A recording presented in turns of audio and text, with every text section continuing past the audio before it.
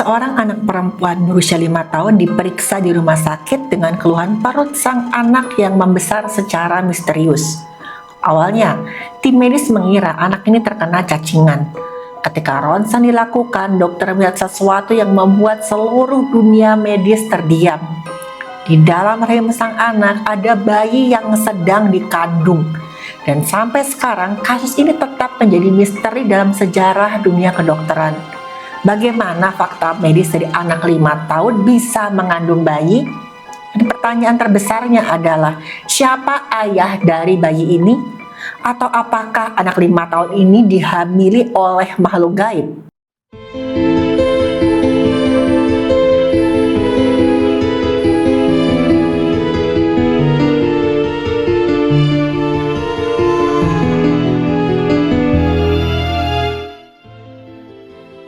Halo, saya Dr. Stefani. Saya seorang dokter spesialis forensik dan mediko-legal, dan saya belajar dari yang mati. Kasus ini terjadi pada tahun 1930-an. Nama anak itu adalah Lina Medina. Lina berasal dari sebuah desa yang berada di daerah pegunungan. Orang-orang di sekitar kampungnya mengenal Lina sebagai anak yang sederhana dan juga pendiam.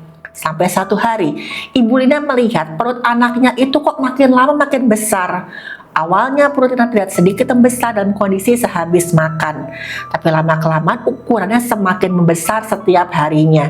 Seakan-akan ada yang tumbuh di dalam perutnya Lina. Awalnya keluarga mengira Lina terkena cacingan, kurang gizi, atau masalah pencernaan yang biasa terjadi di daerah pegunungan. Cacingan memang dapat menyebabkan penumpukan gas berlebih di usus, sehingga membuat perut tampak membuncit. Infeksi cacing sering mengganggu penyerapan nutrisi sehingga tubuh kehilangan protein dan memicu pembengkakan perut. Kekurangan protein di cairan tubuh akibat cacingan dapat menyebabkan cairan merembes ke jaringan tubuh termasuk di area perut. Cacing besar seperti cacing gelang dapat menumpuk di usus dan secara fisik membuat perut kelihatan lebih besar. Peradangan usus karena cacing dapat menyebabkan kembung kronis dan rasa penuh di dalam perut. Dan cacingan juga bisa memicu nafsu makan yang menurun, sehingga otot mengecil tapi perut kelihatan membesar. Dan infeksi jangka panjang bisa mengubah bentuk usus dan membuat anak tampak disensi atau perutnya buncit. Gerakan cacing dan gangguan pencernaan bisa menyebabkan konstipasi atau susah BAB, sehingga perut mengeras dan juga membesar. Sistem kekebalan tubuh yang terus aktif melawan cacing bisa menyebabkan retensi cairan atau penahanan cairan dan mengakibatkan juga pembesaran pada perut. Dan kombinasi dari malnutrisi, gas, cairan, dan cacing yang menumpuk membuat cacingan sering kelihatan seperti pembesaran perut pada anak. Saking penasarannya dengan kondisi dan juga ukuran perutnya Lina, orang tua Lina akhirnya rutin mengukur lingkar perut anaknya. Benar gak nih, makin lama makin besar? Dan ternyata memang benar, perut Lina semakin membesar.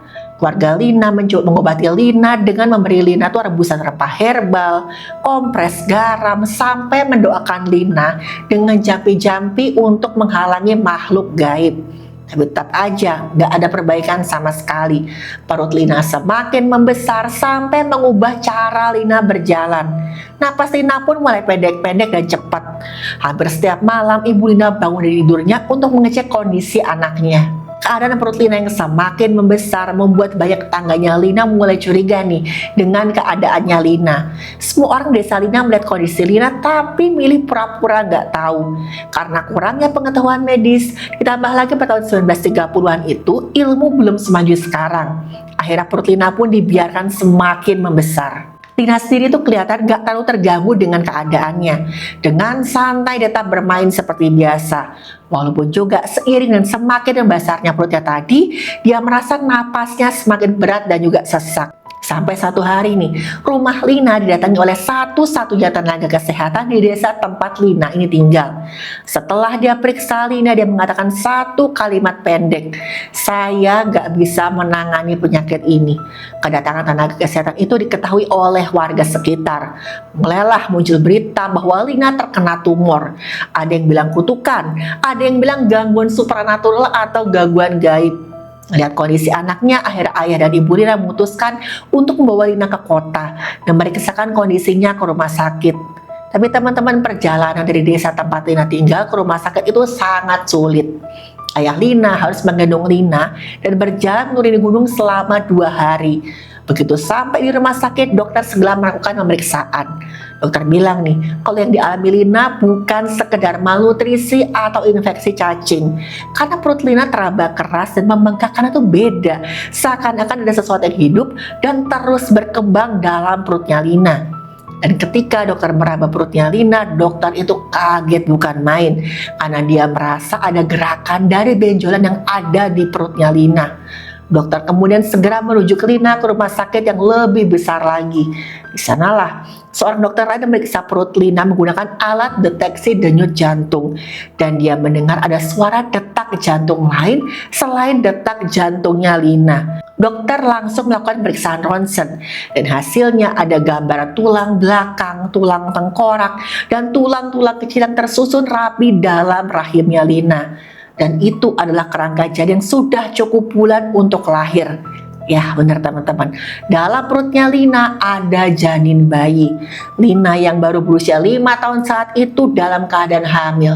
Kok bisa? Setelah diagnosis kehamilan nggak terbantahkan lagi, pihak rumah sakit mulai mempersiapkan operasi sesar karena peluk Lina bagaimanapun juga terlalu kecil untuk persalinan normal. Lina yang baru berusia 5 tahun 7 bulan dibawa ke ruang operasi untuk menjalani persalinan secara sesar. Buat teman-teman yang belum tahu, operasi sesar pertama dilakukan pada tahun 1500 di Swiss. Operasi sesar pertama kali dilakukan bukan oleh dokter, tapi seorang tukang daging bernama Jacob Nover. Nah, demikianlah sedikit informasi tentang operasi sesar. Oke, kita lanjut ya pada kasusnya Lina. Setelah dilakukan operasi sesar, akhirnya Lina berhasil melahirkan bayi yang ada di rahimnya. Bayinya Lina berjenis kelamin laki-laki, beratnya 2,7 kg dan menangis dengan kuat menunjukkan bahwa dia lahir dengan sehat. Lina sendiri selamat dengan kondisi stabil meskipun tubuhnya masih sangat-sangat muda. Berita tentang Lina yang melahirkan anak pertama di usia 5 tahun langsung menyebar luas di kalangan masyarakat dan juga kalangan kedokteran. Banyak banget yang penasaran, kok bisa? Dan juga siapa ayah dari bayi yang ada di kandungannya Lina? Karena kejadian terjadi di negara Peru, pemerintah Peru langsung melakukan penyidikan untuk kasus ini. Mereka curiga kalau Lina telah mengalami tindakan gak senonoh atau ditiduri oleh seorang pria sampai hamil. Dan tersangka utamanya adalah ayahnya Lina. Ayah Lina sempat ditahan oleh pihak yang berwenang selama beberapa hari, tapi karena nggak ada bukti dan saksi akhirnya dibebaskan dan diperbolehkan untuk pulang. Ibu Lina juga nggak bisa memberikan pernyataan apa-apa karena dia sendiri sangat-sangat bingung. Dia mengira tadinya Lina hanya sakit perut biasa. Investigasi kasus ini benar-benar sulit teman-teman. Apalagi ketika Lina ditanya oleh pihak yang berwenang, Lina hanya menjawab hal-hal seputar makanan, boneka, mainan, atau cuaca. Ya maklumlah, namanya juga anak masih 5 tahun. Gak ada jawaban mengenai siapa atau apa yang menyebabkan kehamilan tersebut. Ditambah lagi nih, pada masa itu perlu nggak punya teknologi DNA. Dan teknologi DNA belum canggih seperti sekarang ini. Teknologi atau tes DNA untuk mengecek keturunan itu baru ditemukan sekitar tahun 1980-an di Inggris. Saat itu negara pun juga belum ada psikolog anak. Dan nggak ada prosedur wawancara anak sebagai saksi suatu kasus seperti sekarang. Dan rekam medis pun hanya menunjukkan kalau Lina sedang hamil tanpa ditemukan tanda-tanda kekerasan akut seperti robekan pada alat kelaminnya. Banyak yang berteori tentang apa yang terjadi pada Lina. Ada yang bilang Lina telah diruda paksa oleh orang terdekat yang dilakukan tetangga atau orang asing. Dan pihak yang berwenang sama sekali nggak bisa menemukan bukti-bukti yang mendukung tentang siapa sebenarnya ayah dari bayi yang dikandung oleh Lina. Pada akhirnya penyidikan pun dihentikan dengan kesimpulan ayah bayi yang dikandung Lina tidak diketahui. Lina dan keluarganya memilih diam karena nggak tahan dengan tekanan sosial yang mereka alami. Untuk melindungi mentalnya Lina, pihak yang berwenang menyarankan keluarga untuk mengakui kalau bayi yang dilahirkan Lina itu adalah adiknya. Dan bayi itu diberi nama Gerardo. Kasus kelahiran ini kemudian menjadi salah satu misteri terbesar dalam dunia medis. Karena pubertas seorang anak tuh biasanya baru terjadi pada usia 8-13 tahun pada anak perempuan. Kasus Lina kemudian mendorong penelitian tentang pubertas precox ekstrim. Dan hingga kini nggak ada kasus serupa dengan umur Lina saat itu. Lina memperlakukan Gerardo sebagai seorang adik dan bukannya seorang anak. Dan Gerardo tumbuh jadi anak laki-laki yang sehat dan juga cerdas. Bertahun-tahun setelah kejadian itu, Lina juga tumbuh menjadi perempuan yang dewasa dan dia sangat cerdas, teman-teman. Waktu Lina dewasa, dia bekerja sebagai pegawai administrasi di rumah sakit. Rumah sakitnya adalah rumah sakit yang sama tempat dulu dia menjalani operasi sesarnya. Bayangkan teman-teman, bahkan ruang kerjanya itu dekat lemari arsip yang menyimpan seluruh berkas medis yang mengabadikan kisah hidupnya. Lina menjalani hidup seperti orang biasa yang normal. Dia menikah dengan seorang pria bernama Raul Jurado dan punya seorang anak lagi. Dia menghindari sorotan media, dia berusaha untuk menjalani hidup yang normal, pokoknya hidup tenang. Secara medis, kasus Lina Medina menunjukkan bahwa dia mengalami pubertas precox. Pubertas precox ini adalah kondisi ketika pubertas terjadi jauh lebih awal dari usia normal. Biasanya pubertas precox terjadi sebelum usia 8 tahun pada anak perempuan. Dan pada anak laki-laki biasanya sebelum usia 9 tahun. Kondisi ini disebabkan karena terjadinya aktivasi dini dari sistem hormon reproduksi yang memicu perkembangan fisik yang mirip dengan orang dewasa. Anak dengan pubertas precox akan mengalami perubahan seperti pertumbuhan payudara, menstruasi, atau tinggi badan lebih cepat dari teman-teman seusianya. Penyebabnya bisa idiopatik atau tanpa sebab yang jelas, yang dipicu karena kelainan otak, tumor, gangguan hormon, atau paparan hormon eksternal. Yang dialami oleh Lina ini adalah kasus yang ekstrim. Lina mengalami perkembangan reproduksi yang jauh lebih matang. Di usia 5 tahun dia sudah bisa menghasilkan sel telur yang cukup untuk dibuahi. Temuan medis menunjukkan rahim dan ovarium Lina sudah aktif seperti anak yang usia pubertas. Dan ciri itu sangat khas dengan ciri seorang anak mengalami pubertas precox. Dan tanda paling kuat dari pubertas precox ekstrim adalah dokter mencatat bahwa Lina telah mengalami menstruasi di usia 3-4 tahun. Secara ilmiah nih, satu-satunya cara kehamilan bisa terjadi adalah bila sistem reproduksi itu sudah matang akibat aktivasi dini hormon LH-FSH, mekanisme utama pubertas precox.